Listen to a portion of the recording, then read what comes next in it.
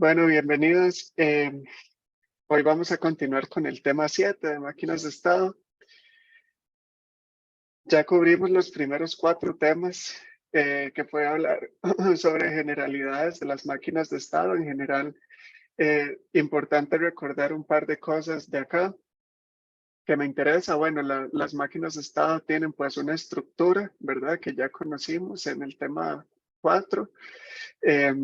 Por otro lado, que dependen de un reloj, las máquinas de estado sincrónicas, que en general es son las que vamos a utilizar. Eso es lo importante del tema 3. Del tema 2, principalmente recordar cómo es que se utiliza y cómo es que se lee y se escribe un diagrama de máquinas de estado algorítmica, un diagrama ASM, que fue una de las 3 representaciones que vimos.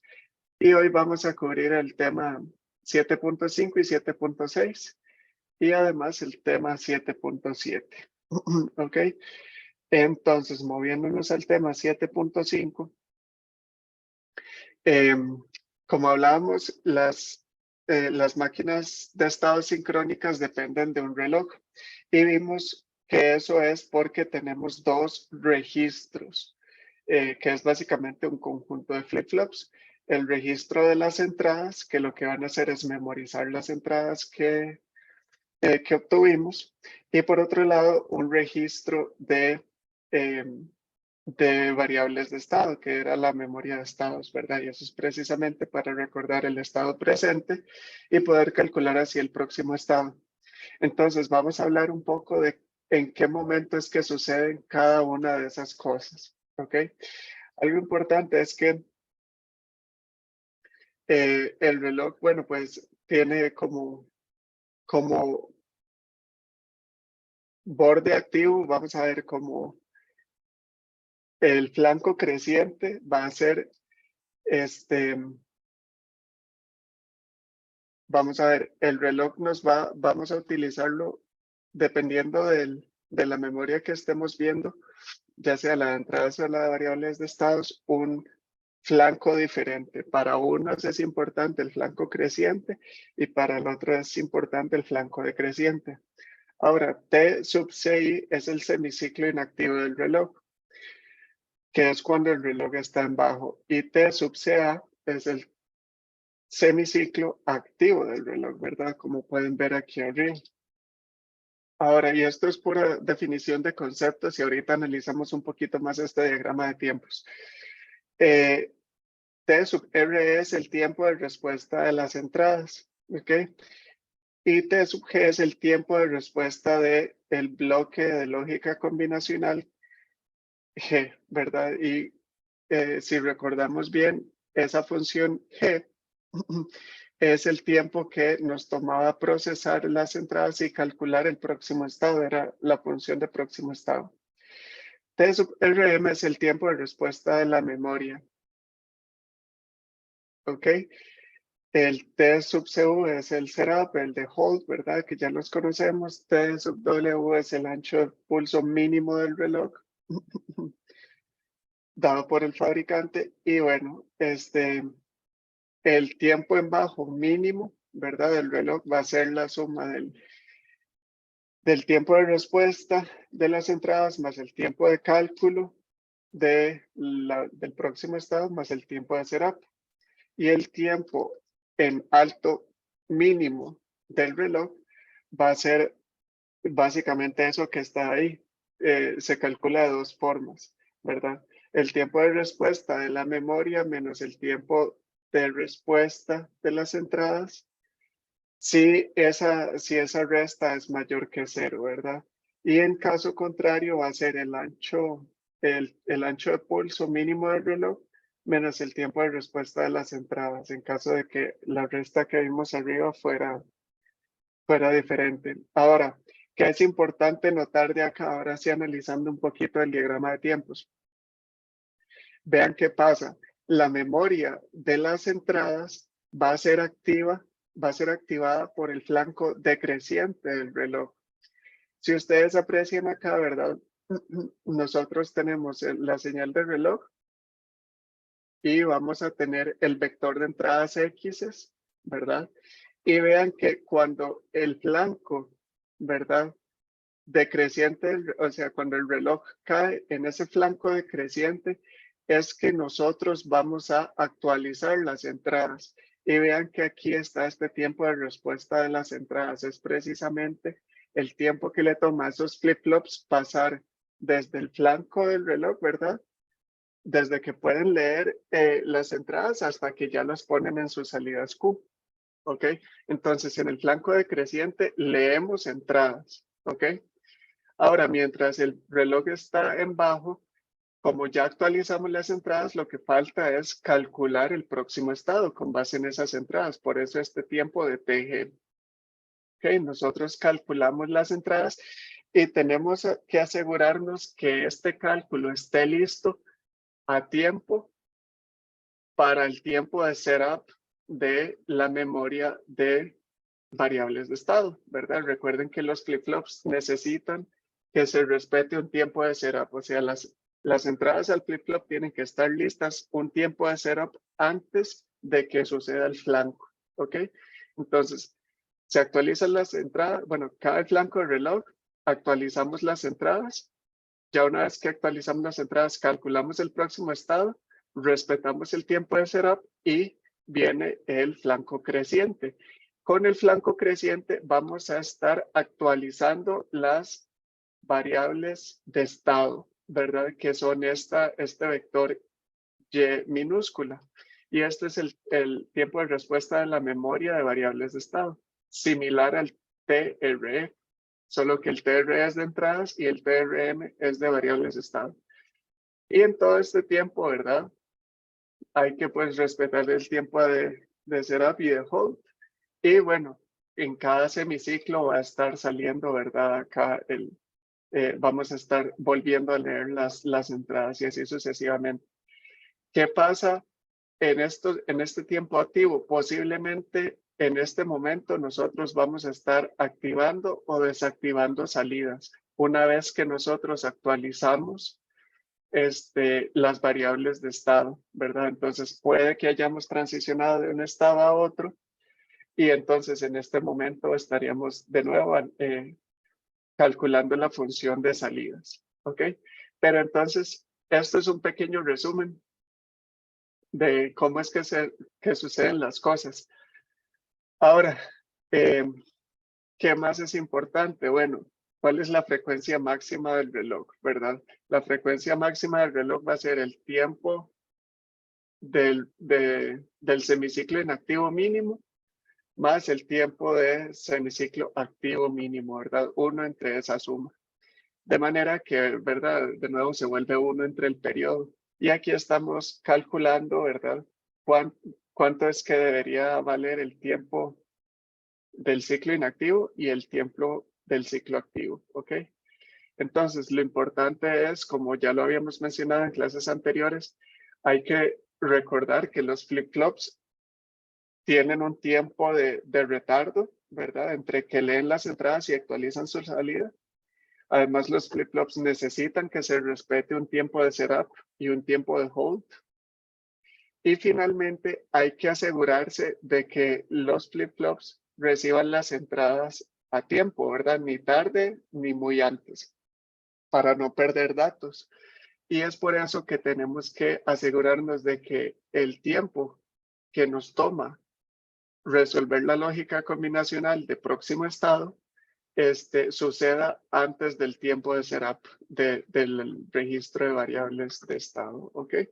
Entonces, eso es todo. Nada más recordar, pues, que en la vida real los componentes no son ideales y hay que respetar algunos tiempos de manera que la máquina de estados se comporte como nosotros queremos.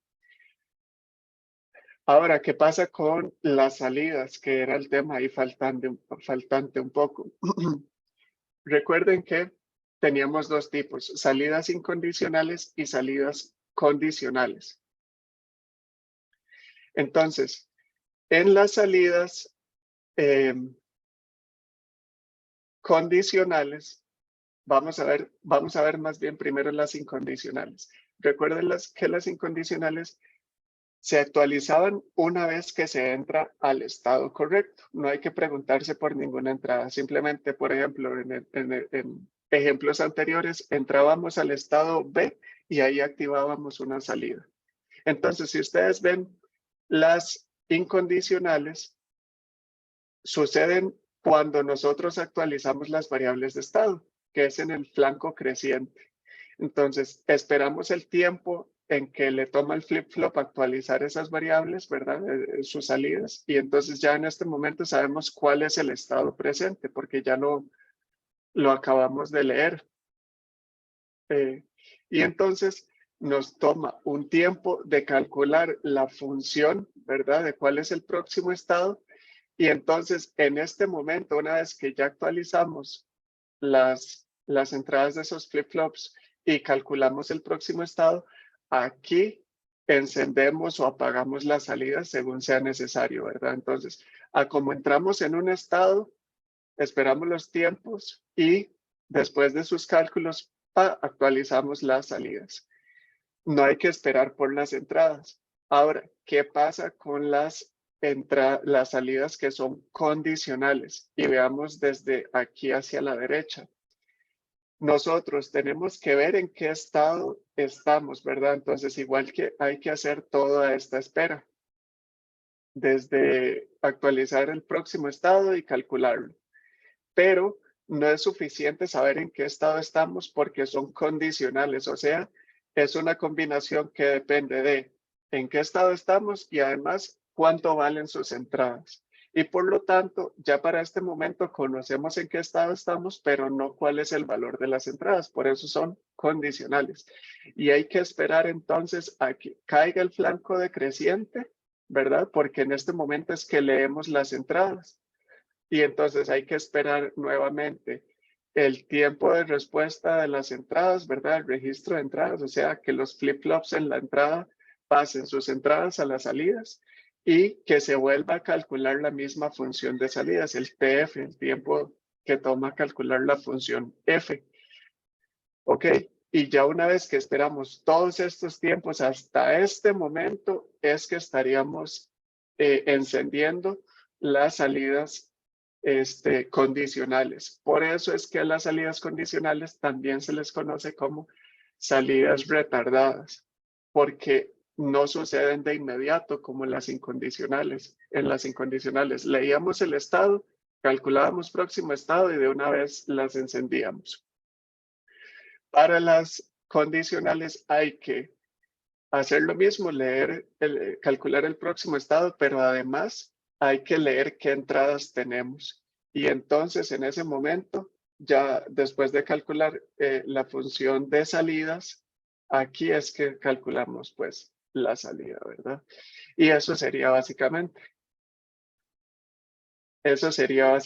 la temporización de las salidas. Y aquí se refleja un poquito mejor la diferencia entre condicionales e incondicionales.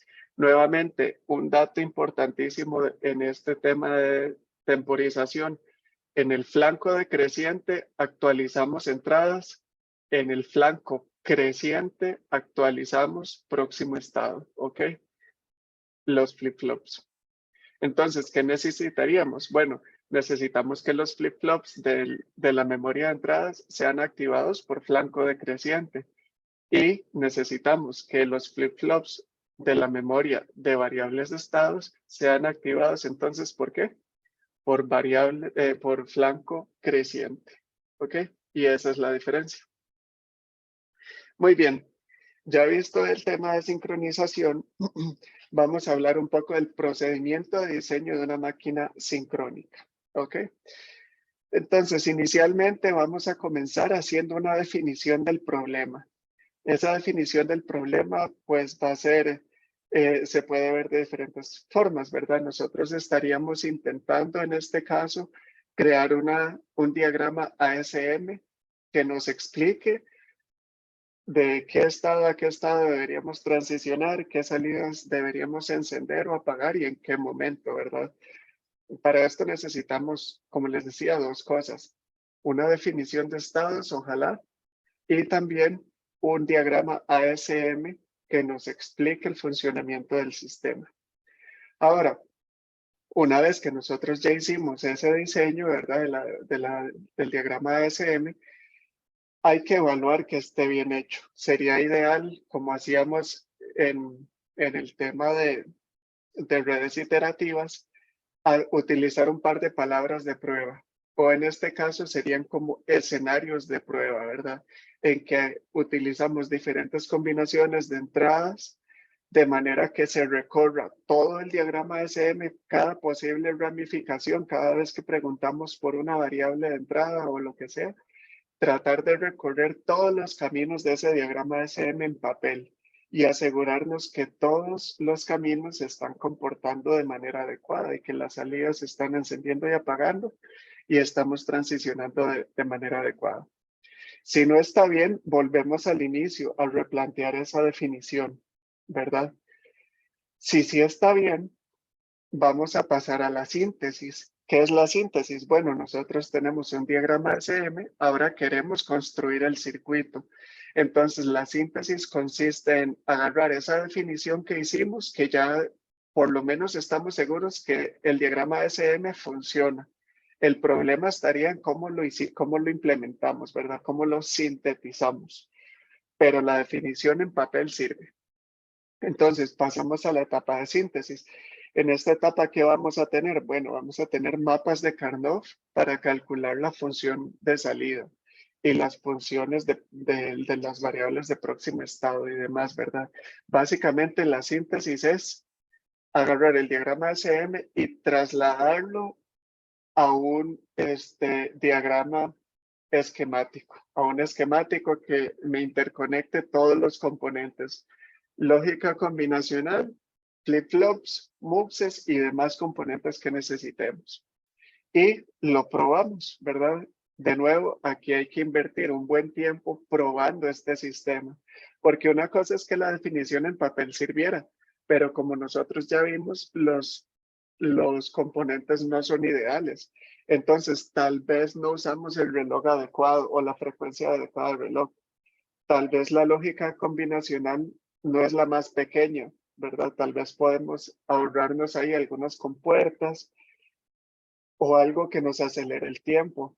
También puede que alguna función la hayamos calculado mal. Tal vez un mapa de Karnoff lo hicimos mal y entonces la salida no se está encendiendo cuando deberíamos. Ese tipo de cosas. O no estamos transicionando de un estado a otro de manera adecuada. Entonces hay que hacerle pruebas. Estas pruebas ya se convierten en pruebas o de simulación, ¿verdad? Pruebas de simulación utilizando software.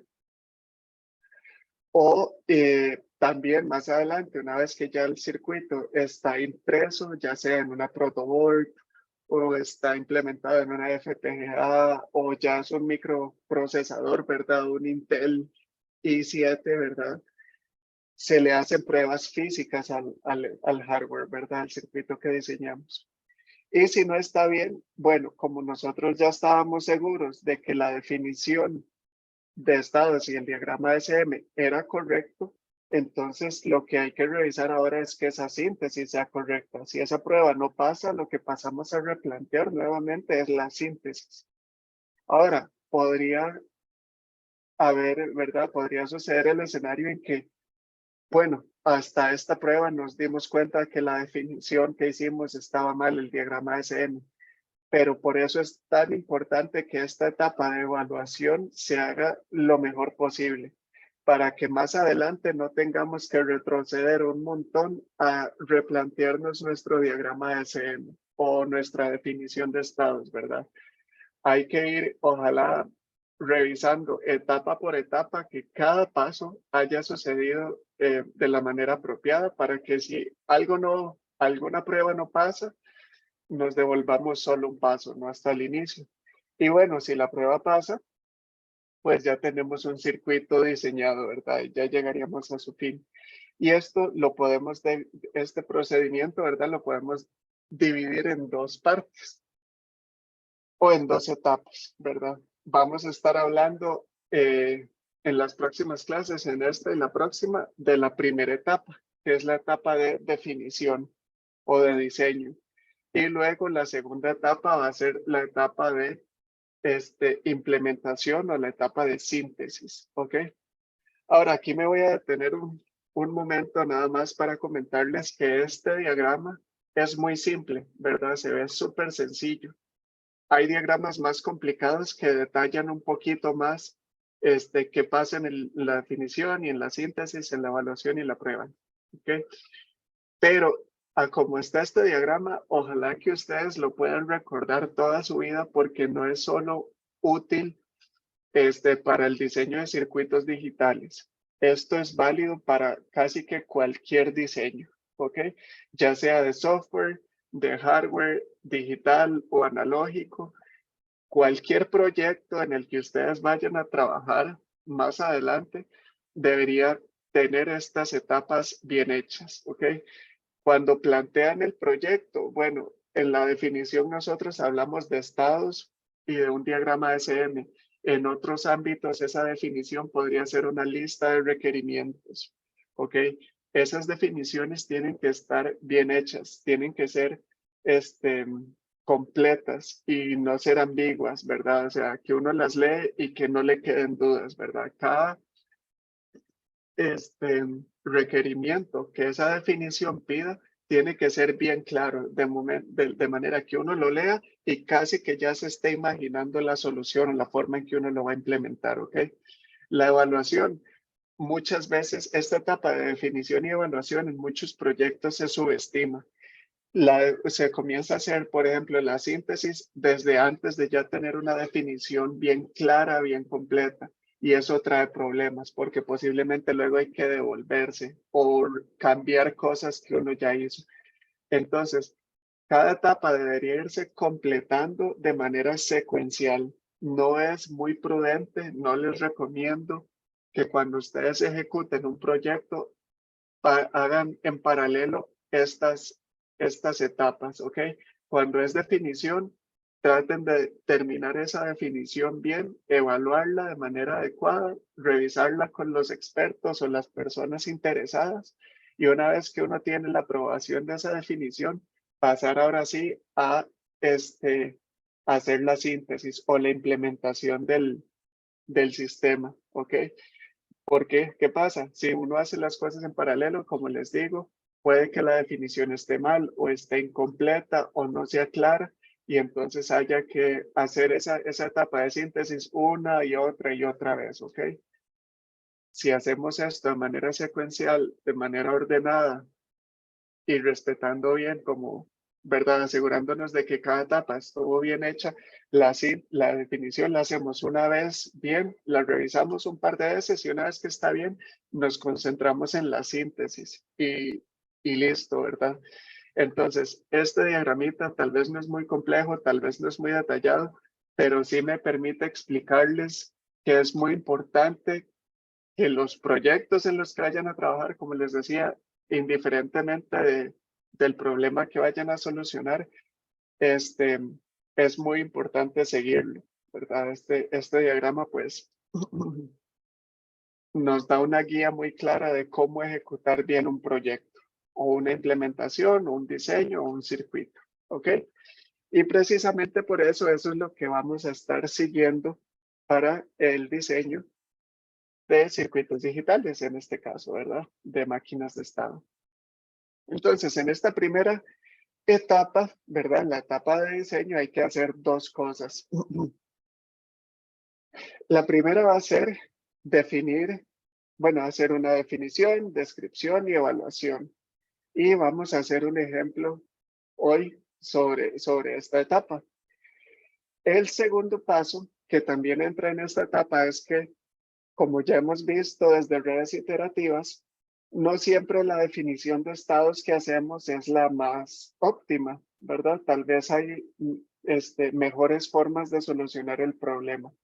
Entonces, para máquinas de estado, vamos a estudiar una técnica que se llama eliminación de estados redundantes por el método de las particiones, ¿ok? Y con este método, nosotros vamos a estar reduciendo la cantidad de estados y por ende vamos a encontrar soluciones más pequeñas, más óptimas a nuestra máquina de estados, ¿ok? Va a ser como un procedimiento que podemos hacer una sola vez y ya con eso nos aseguramos que la definición que hicimos es la más apropiada, ¿ok? Un minuto y ya pasamos a, esta, a este tema 7.7.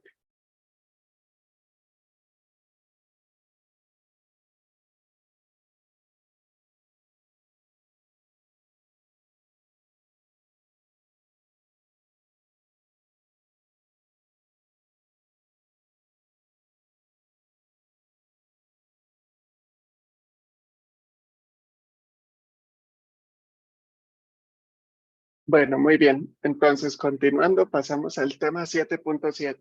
Y este ejemplo sí nos va a llevar pues algunos minutos de cubrir. Ok, entonces, vamos a hacer un ejemplo de un semáforo peatonal.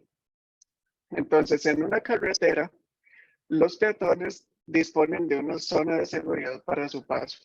Un juego a ambos lados de la calle de indicadores luminosos con luces de pase y no pase. Y un botón de solicitud de paso, SP, ¿verdad? Algo así.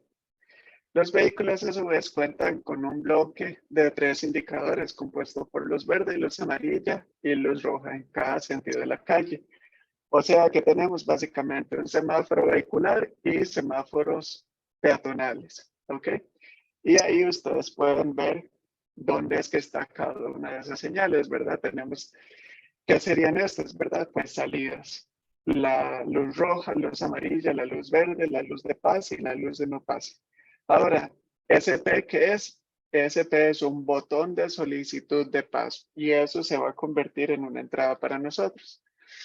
Entonces, bueno, eso es más o menos lo que tenemos en el problema por resolver. Es vacilón porque cuando yo hice esta diapositiva, el Cybertruck estaba justo saliendo y eso fue, creo que por ahí del 2019, algo así. Y fue en aquella presentación donde Elon Musk creo que le tiró una piedra y sí le rompió un vidrio al Cybertruck porque se supone que todas sus ventanas son blindadas, ¿verdad? Eh, bueno, él es realmente, hasta ese momento pensaba que era una persona eh, muy inteligente en temas de marketing, ¿verdad? Y en ejecución de proyectos de ingeniería. Hoy en día lo pongo un poquito más en duda, pero bueno, aún sigue haciendo cosas increíbles. Entonces, volviendo al tema, eh, hay que hacer una definición, ¿verdad? Es básicamente un semáforo. Un semáforo común y corriente como nosotros pues ya hemos utilizado un montón de veces. Sin embargo, estoy casi seguro de que ustedes van a entender algo que siempre ha sido muy frustrante para uno como peatón. Y ya les voy a comentar qué es. Para repartir el paso por la zona entre vehículos y peatones se dispone de un tiempo de paso finito, de modo que no se haga una congestión vehicular, ¿verdad? El paso de los peatones se da presionando el botón SP. De este modo, si el tiempo de paso vehicular se agota y no hay solicitudes de paso peatonal, se continúa cediendo el paso a los vehículos. De otro modo, se procede a dar paso a los peatones.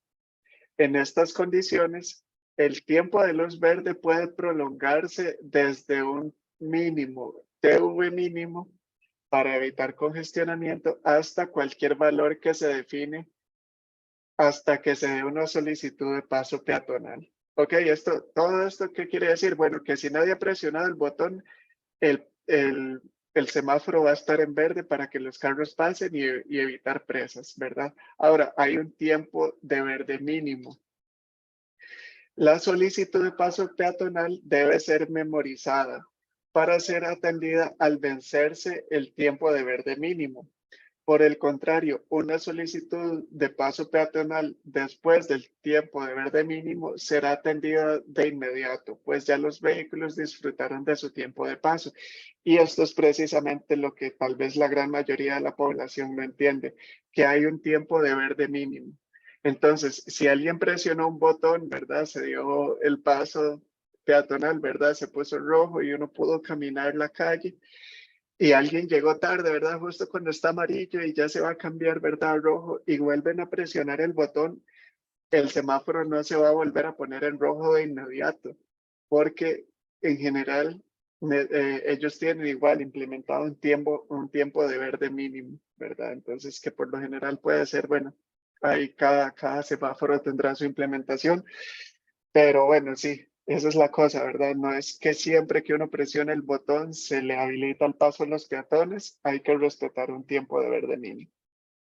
Ahora, los peatones dispondrán seguidamente de la zona de paso durante el tiempo asignado, TP, que es como tiempo de paso, para cederle luego nuevamente a los vehículos, ¿ok? Y eso es básicamente todo lo que nosotros necesitamos saber, ¿verdad? Entonces, aquí hay un diagrama de tiempos que nos explica, ¿verdad? Y de hecho esto es bien importante.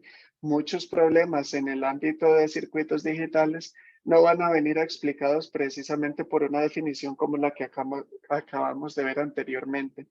Vamos a ver esa definición explicada en diagramas de tiempo como este. Entonces es importante aprender a leerlos para nosotros entender bien cómo es que tienen que cambiar las señales, cuáles son entradas y cuáles son salidas, y con base en eso, ¿verdad? Actualizar nuestras salidas, ¿verdad? Entonces, vamos a ver qué pasa aquí. En el diagrama de tiempos comienza dándole paso a los peatones, ¿verdad? Está la luz de paso en verde activa, ¿verdad? Y la luz roja activa, ¿ok? Entonces están los peatones caminando.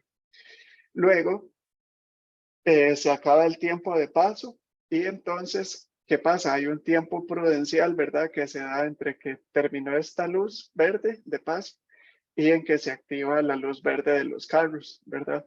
Entonces, una vez que se activa la luz verde de los carros, se apaga la luz roja de los carros y hay que respetar un tiempo de verde mínimo, ¿ok? Cualquier solicitud, ¿verdad? Del botón de paso, de solicitud de paso que suceda en este momento, no va a ser atendida de inmediato. Va a ser atendida hasta que este tiempo termine, ¿ok? Estas dos rayitas diagonales lo que quieren decir es que esta línea puede ser tan larga como se quiera, ¿verdad? No hay una restricción, ¿verdad? Una vez que pasa el tiempo de verde mínimo, mientras no haya una solicitud de paso, esto va a continuar de esta misma forma, con la luz verde encendida. ¿Ok? Y luego se da una solicitud de paso, ¿ok? Entonces alguien presiona el botón. En ese momento se cambia la luz verde por una luz amarilla, ¿verdad? Y va a haber un tiempo en amarillo, ¿verdad? Un tiempo en el que el semáforo va a estar en amarillo. Una vez que ese tiempo termina, pasamos a apagar la luz amarilla y encender la luz roja. Esto con el semáforo vehicular. Con el semáforo peatonal, en ese mismo instante, vamos a apagar la luz roja y encender la luz verde, la luz de paso. Y esta luz verde va a estar aquí mantenida durante un tiempo de paso, ¿ok? Una vez que ese tiempo acaba, se dan las transiciones que ya vimos anteriormente. Se pone la luz roja en alto, la luz verde en bajo, y va a haber un tiempo de no paso, ¿verdad? Este tiempo de no paso es el que está entre que ya no pueden pasar los peatones y que se habilite el paso a los carros, ¿verdad? Y una vez que el tiempo de no paso termina, apagamos la luz roja y encendemos la luz verde, ¿ok? Del semáforo vehicular. Y esto es básicamente lo que necesitamos implementar. Esta es nuestra definición. Y de hecho, a mí me parece, yo creo que tal vez sí toma un poquito más de tiempo leer este diagrama, ¿verdad? Que leer texto, pero si uno lo hace con detenimiento, esto es un poquito más claro. Tal vez no solo por el tema visual, ¿verdad? Sino porque uno tiene como toda la información a la vista, ¿verdad? Entonces, pues esto era un pequeño ejercicio de lectura de diagramas de tiempo. Entonces, con esta definición, nosotros ya podemos pasar a hacer una arquitectura de esta solución. Entonces, ¿Qué tenemos nosotros hasta el momento? Lo que sabemos es que va a haber un botón, ¿verdad? La única entrada es el botón de solicitud de paso. Esa es la única entrada del sistema hasta el momento. Y tenemos 5 salidas. Todas son luces. Las luces del semáforo peatonal y las luces del semáforo vehicular. ¿Ok? Sin embargo, nosotros vimos que aparte del botón, nosotros también tenemos que respetar algunos tiempos, ¿verdad? Noten que este diagrama hay algunas transiciones y algunas salidas que se encienden no por la presión del botón, sino porque algún tiempo se acabó, ¿ok? Entonces, realmente vamos a necesitar además una unidad de tiempos que a partir de un clock nos calcule cuál luz deberíamos encender y demás. Ahora, esta unidad de tiempos, ¿qué va a tener? Va a tener, bueno, 4 entradas. El reloj, pero esa no es una entrada de datos. Entonces, bueno, asumimos que hay un reloj, ¿verdad? Que hay que conectarle. Pero va a tener otras 3 entradas. Un habilitador, que es esta C, el cerrojo, ¿verdad? Que nos va a permitir activar y desactivar esta unidad de tiempos, pero además vamos a definir los 4 tiempos que nosotros necesitamos calcular y eso lo vamos a representar con 2 variables, digamos, de estado, que sería ST0 y ST1, ¿ok? Entonces, ¿cuáles eran esos 4 tiempos que había que calcular? El tiempo de verde mínimo, ¿verdad? Porque si hay un botón presionado durante este tiempo, hay que memorizarlo hasta que este tiempo se acabe y cuando se acabe lo atendemos. Hay un tiempo en el que el semáforo vehicular va a estar en amarillo, hay un tiempo de pase y también un tiempo de no pase que corresponden al semáforo peatonal. Y con combinaciones de esto, devolviéndonos al diagrama de tiempo, ojo que la luz roja, ¿verdad? Vehicular va a estar encendida por el tiempo de pase más el tiempo de no pase. ¿Ok? Entonces realmente no hace falta un tiempo de luz roja, no hace falta un TR, digamos, porque el TR al final, como les digo, es la suma de estos 2 tiempos del semáforo peatonal. ¿Ok? Y entonces, con esto nosotros producimos una salida que va a ser el fin del tiempo, ¿verdad? Que estamos calculando. ¿Cómo va a funcionar esto? Ok. Digamos que se presiona el botón. ¿Qué hay que comenzar a calcular? Bueno, el tiempo de la luz amarilla. Entonces, le vamos a pasar una combinación aquí a la entrada de 0, 1 en ST0 y ST1, ¿verdad? Para decirle, calcule el tiempo en amarillo y entonces pasamos este cerrojo a alto para que entonces la unidad de tiempos comience a funcionar. Una vez que comienza a funcionar, bueno, se calcula el tiempo y una vez que se cumple, va a producir una salida de fin del tiempo. ¿Cuál tiempo terminó? Bueno, el que le habíamos pasado aquí en la entrada, que en este caso era el tiempo en amarillo. ¿Ok? Entonces, ¿cómo son esas entradas? C es una entrada pulsada. Eso quiere decir que va a ser un pulso, hay que mantenerla en alto, ¿verdad? Hay que mantenerla en alto. Y por otro lado, no, perdón, va a ser nada más comience, como un flanco, pulsada en el sentido de, sí, como un delta de Dirac. Simplemente un pulso momentáneo, ¿verdad? Que le diga, comience a contar.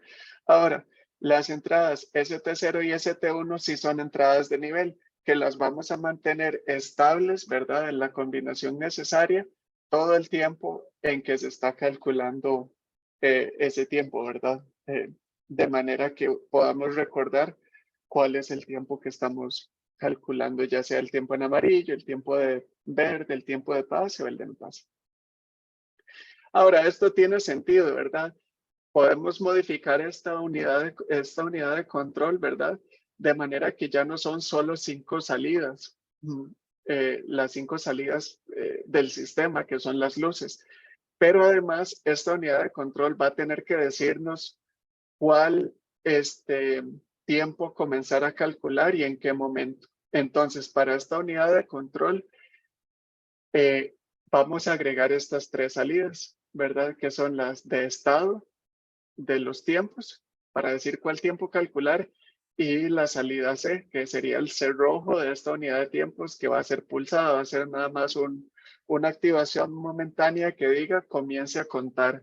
Ahora, esta unidad de tiempos, como ustedes ya se imaginarán, podría ser un contador bien sincronizado, ¿verdad? Un contador que cuente hasta, dependiendo de la combinación de entradas aquí, un conteo dado, ¿verdad? Qué sé yo, si cada cuenta toma un segundo, ¿verdad? Exagerando que es súper lento. Bueno, para contar hasta 60 necesitaríamos un contador de 8, no, de 6 bits, ¿verdad? Con 6 bits podemos contar hasta 64, ¿verdad? Si queremos contar hasta el tiempo que sea, bueno, pues este contador lo modificamos, le agregamos la cantidad de entradas necesarias y bits necesarios para que cuente hasta lo que uno necesite, ¿verdad? Ok, entonces la unidad de tiempos, en muy pocas palabras, se podría resumir en un contador como el que ya vimos. Ahora, el secreto está en esta unidad de control, ¿verdad? Que es la que aún tenemos que calcular. Bueno, y finalmente esta unidad de tiempos, ¿qué salida tiene? Bueno, tiene la salida del fin del tiempo. Y esta no es una salida como tal del sistema, sino una variable de estado, ¿verdad? Esta se retroalimenta a la unidad de control para poder decirle, ok, ya se terminó el tiempo en amarillo y que él tome acción para encender salidas y poner a contar algún otro tiempo, que en ese caso sería pues el tiempo de pase, ¿verdad? Entonces, esa unidad de control la podemos desmenuzar un poquito más aún. La podemos dividir en este otro diagrama que tenemos acá. Vean que esta lógica combinacional en amarillo se podría encargar únicamente de, con base en cuál tiempo es el que estamos calculando, ¿verdad? O cuál tiempo es el que está activo. Entonces, activar una de las salidas, ¿verdad? Porque van muy ligadas. En el tiempo de verde mínimo, bueno, vamos a tener el tiempo de verde. En el tiempo de amarillo vamos a tener la luz amarilla puesta. En el tiempo de pase vamos a tener el semáforo peatonal en verde y la luz vehicular en rojo. Y en el tiempo de no pase vamos a tener en rojo los dos semáforos, ¿verdad? Entonces casi que la activación de los semáforos, de las luces de los semáforos, depende más de los tiempos que del botón como tal, ¿verdad? Entonces, con este botón y con la entrada con la variable de estado, esta FT, esta unidad de control puede decir cuál tiempo comenzar a contar, ¿verdad? Y estas ST0 y ST1 de nuevo son variables de estado que vamos a alimentar a nuestra lógica combinacional de cálculo de salidas, ¿verdad? Y también a nuestra otra unidad de tiempos, ¿verdad? Ahora, ¿qué es importante notar aquí? Bueno, el bloque de lógica combinacional es una máquina combinacional con entradas y salidas bien definidas. Ojo que ese bloque de lógica combinacional no tiene por qué memorizar nada.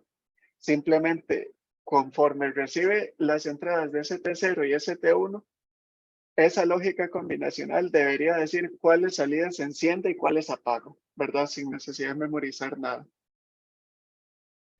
Ahora, el bloque de unidad de control es una máquina de estados en sí misma. Y como yo les decía, posiblemente un contador, en pocas palabras. Puede ser más complejo que eso, pero lo único que necesitamos es que contar tiempo, ¿verdad? Si nosotros sabemos cuánto tarda cada cuenta, podemos utilizar las cuentas que sean necesarias para producir ese tiempo. ¿Ok? Ahora, perdón, esa era la unidad de control. La unidad de tiempos, pues ya la comenté, la unidad de control es realmente donde está toda la magia, ¿verdad? Aquí es donde vamos a definir cuál tiempo comenzar a contar y en qué orden, ¿ok? Y es una máquina de estados. Entonces, seguimos en esta etapa de diseño, ¿verdad? Lo primero fue lo primero que vamos a necesitar es una descripción, el diseño algorítmico, el diseño del algoritmo que resuelve la máquina de estados, representado por un diagrama de ASM. Y tal vez esa es la forma más fácil de visualizar el problema, haciendo una buena definición del problema mediante un diagrama de ASM. Y además, bueno, ¿qué necesitamos en la definición de estados? ¿O cómo la definimos, verdad? ¿Qué estados vamos a necesitar? La pregunta es, ¿cuándo necesitamos un nuevo estado? ¿Cierto?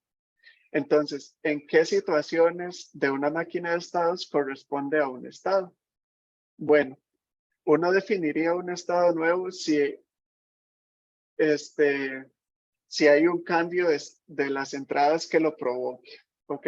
Entonces, podría ser, ¿verdad? Que al yo obtener un cambio en la entrada, provoque transicionar a un nuevo estado, ¿verdad? Entonces, podrían ser como, controladas, ¿verdad? Por las entradas o dirigidas por las entradas. Otra razón para definir un estado es porque yo lo requiero para producir un cambio en las salidas, ¿verdad? Puede que mis entradas no hayan cambiado, ¿verdad?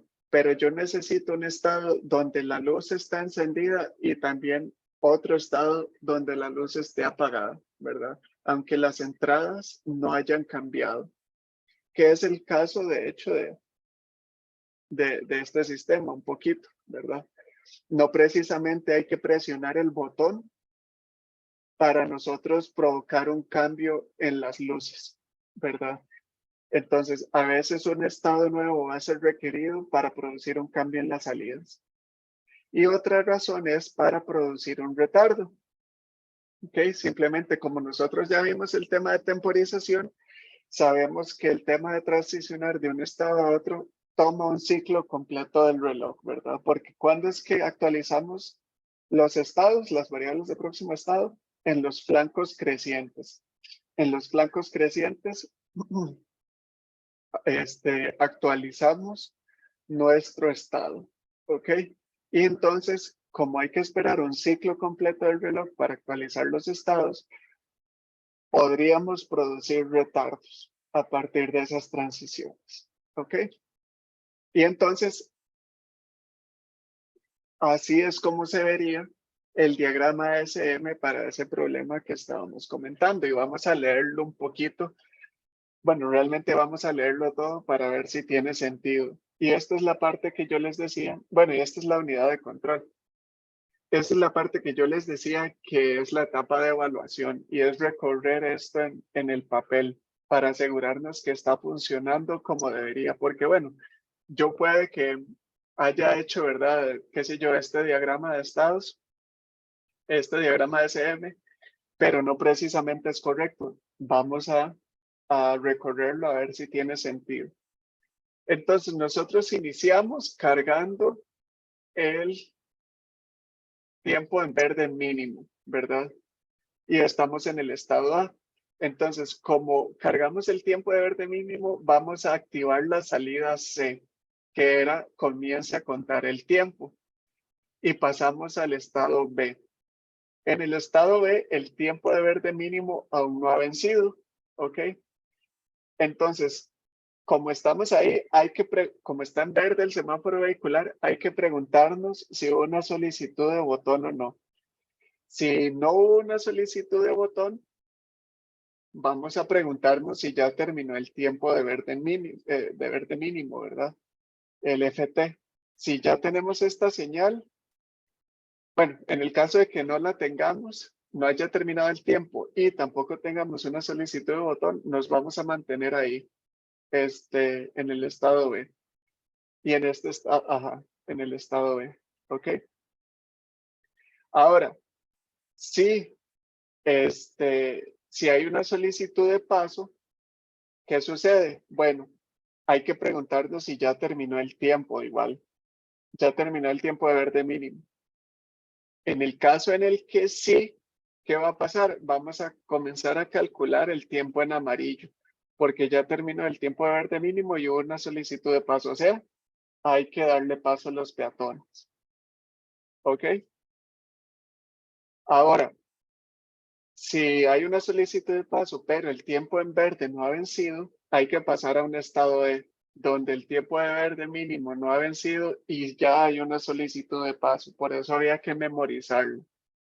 Entonces, en el estado E, nosotros sabemos que como termine el tiempo de contarse, ¿verdad? Vamos a darle paso a los peatones. Entonces, en el estado de solo nos vamos a estar preguntando por FT. Si no ha terminado el tiempo, nos mantenemos en E hasta que el tiempo en verde termine y entonces si termina, pasamos a darle paso a los peatones poniendo el semáforo vehicular en amarillo. Ahora, nos faltaba aquí recorrer un pedacito. Si nosotros estamos estamos en el tiempo de verde, no hay solicitud de paso y ya terminó el tiempo, ¿verdad? De verde, aquí pasamos a un estado de donde el tiempo de verde ya venció. Entonces, en el momento en el que suceda una solicitud de paso, la vamos a atender de inmediato. Mientras no haya una solicitud de paso, nos vamos a mantener aquí en el estado de donde básicamente el semáforo está en verde y los carros están circulando sin problema. ¿Ok? Ahora, si hay una solicitud de paso, la atendemos de inmediato, como les decía. ¿Y qué es atenderla de inmediato? Bueno, cargarle ahora ST0, ¿verdad? ST0 que era una variable de estado, ¿verdad? Ojo que en este diagrama nosotros no estamos poniendo cuál luz encender porque no son salidas de la unidad de control. Las luces son salidas de la lógica combinacional, por eso aquí no se ven representadas. ¿Ok? Entonces, las salidas de la unidad de control, si ustedes recuerdan, eran ST0, ST1 y también C. ¿Ok? Ahora, entonces, en el estado de calculamos el tiempo en amarillo, que era parece que era un 1-0. ¿Ok? Entonces, ponemos el 1 en ST0 y como ST1 vale 0, entonces no lo encendemos. Aquí no lo escribimos. Y ponemos la C momentáneamente, ¿verdad? Enviamos ese pulso de comience a contar y pasamos a F, ¿verdad? Pasamos a F, donde ya enviamos ese pulso, ya no es necesario mantenerlo en alto, la señal de C, solo pasamos a F, ¿verdad? Vean qué curioso precisamente este escenario. La única diferencia entre estos dos estados es que uno tiene C encendido y el otro no, ¿verdad? Aquí es donde les decía, a veces no hay ni siquiera o sea, a veces no se necesita que haya un cambio en las entradas para cambiar de estado. A veces necesitamos un estado nuevo solo para provocar cambios en las salidas, como es este escenario. Entonces, pasamos a F. ST0 lo mantenemos en alto y nos preguntamos por el final del tiempo. Ya terminó el tiempo en amarillo. Si no ha terminado, nos mantenemos con la luz amarilla, ¿verdad? Si ya terminó, ¿qué hay que hacer? Bueno, cargar el tiempo de paso, ¿verdad? Cargamos el tiempo de paso que sería TP. Y TP era un 0,1, parece, ¿verdad? Entonces, ST0 lo mantenemos en bajo y ST1 lo encendemos. Y además, ponemos en alto C momentáneamente, solo durante el estado G, para decir, comienza a contar el tiempo de paso. ¿Ok? Y transicionamos al estado H, donde solo memorizamos que estamos contando el tiempo de paso. Ya terminó de contarse, si no ha terminado, siga, ¿verdad? Manténgase en el tiempo de paso donde los peatones pueden caminar y donde el semáforo vehicular estaría en rojo. Si ya terminó, entonces pasamos al estado I. En el estado I vamos a cargamos el tiempo de no pase y esa era una combinación 1-1. Entonces, en la combinación 1-1 estamos cargando el tiempo de no pase y lo mismo que ha pasado con los estados anteriores, ¿verdad?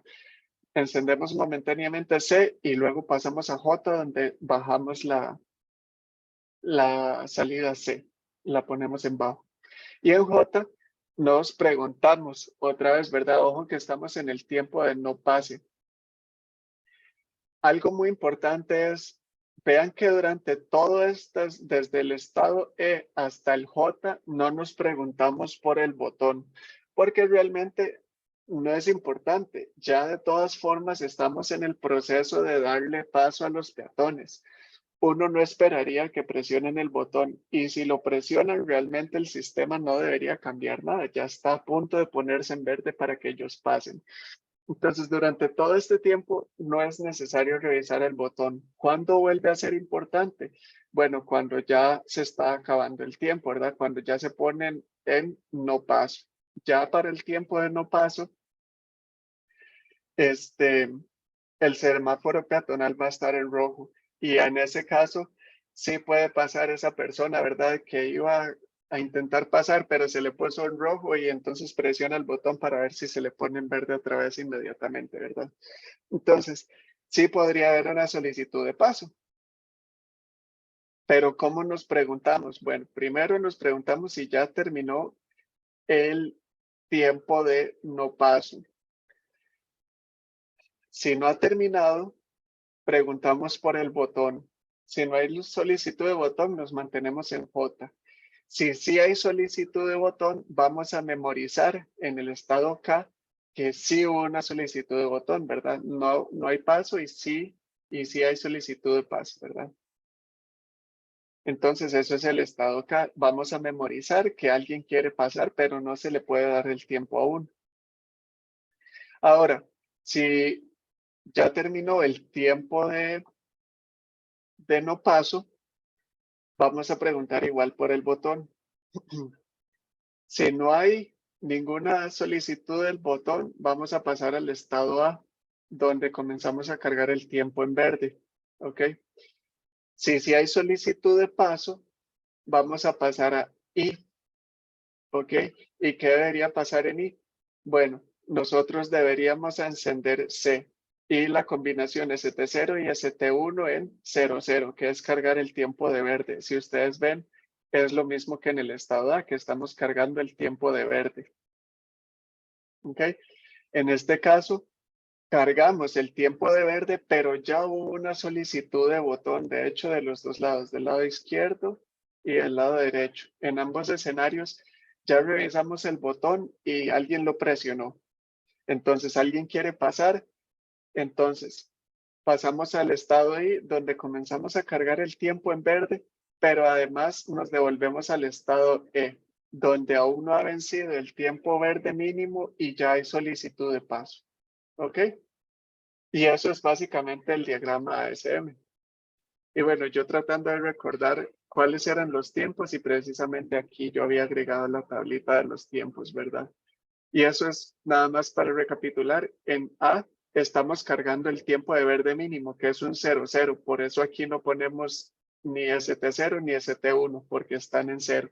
No es que no estamos activando nada, sí estamos activando que comience a contar el tiempo de verde mínimo en 00. El tiempo en amarillo era un 1-0, como vemos en el estado E. El tiempo de paso era 0-1, como vemos en el estado G, y así sucesivamente. ¿Okay? Y entonces, para finalizar la clase de hoy, bueno, lo que les decía de la etapa de evaluación. Importantísimo, el objetivo es evaluar la definición y descripción anteriores, de modo que si el desempeño no es satisfactorio o se detecta algún error, se deben realizar cambios en la definición y o descripción hasta que se obtenga el resultado deseado y se asegure el funcionamiento correcto de la descripción de la máquina de estados antes de continuar con las otras fases de diseño. Se logra recorriendo repetidamente, planteando distintos escenarios en el diagrama ASM para garantizar que el algoritmo de solución es correcto. ¿Ok? Y es precisamente este ejercicio que acabamos de hacer, recorrerlo en papel, ¿verdad? Agarrar este diagrama de SM y preguntarnos por todo lo que podría pasar en ese sistema. Bueno, ¿qué pasa si se presiona el botón cuando el semáforo está en amarillo? Bueno, lo vamos a ignorar. Aquí nunca nos preguntamos por el botón porque no es importante. Ya está en amarillo y ya ahorita le vamos a dar paso. Bueno, pero ¿qué pasa si presionan el botón y el tiempo vehicular no ha vencido? Bueno, ese es el estado E. En el estado E ya sabemos que alguien quiere pasar, pero hay que darle chance a que los carros pasen también, ¿verdad? Y así, ¿verdad? Ojalá si uno puede hacerse este tipo de preguntas de distintos escenarios que podrían afectar nuestro sistema y asegurarnos de que él tenga una respuesta para esas preguntas, ¿verdad? Que diga, ok, precisamente tengo un estado donde vamos a hacer esto y la próxima transición sería este estado y así, ¿verdad?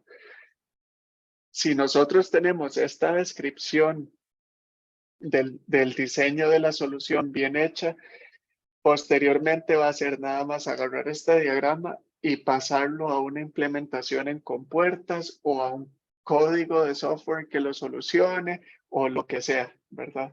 Ya vamos a poder implementar la solución, pero es importante hacer esta descripción lo mejor posible, incluso ya una vez implementado el diseño, por documentación, ¿verdad? Porque, ¿verdad? Tal vez no todo el mundo es un experto en semáforos, ¿verdad? Y tal vez ve el código o ve las compuertas implementadas en una protoboard y dirán, bueno, ¿qué será esto que está aquí, ¿verdad? ¿Para qué se hizo? Bueno, pueden venir al diagrama de SM a revisar cuál es la lógica detrás de lo que se implementó, ¿verdad?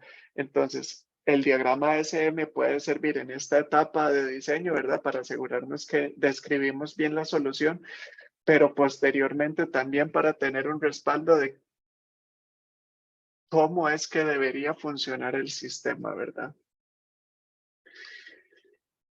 Y eso es todo lo que quería cubrir para la clase de hoy. Recuerden, la próxima clase, este viernes, tenemos el examen número 3, ¿verdad? Que cubre los temas 5 y 6 del curso. Como nos vamos a perder la clase de verdad magistral del viernes, ¿verdad? No vamos a ver teoría nueva. Lo que yo voy a hacer es dejarles un video con el tema 7.8. De hecho, pronto se los habilito para que ahí lo tengan disponible y lo vean de aquí al próximo lunes, ¿verdad? Y así podamos reponer, digamos, la clase de este viernes. Y pues eso sería.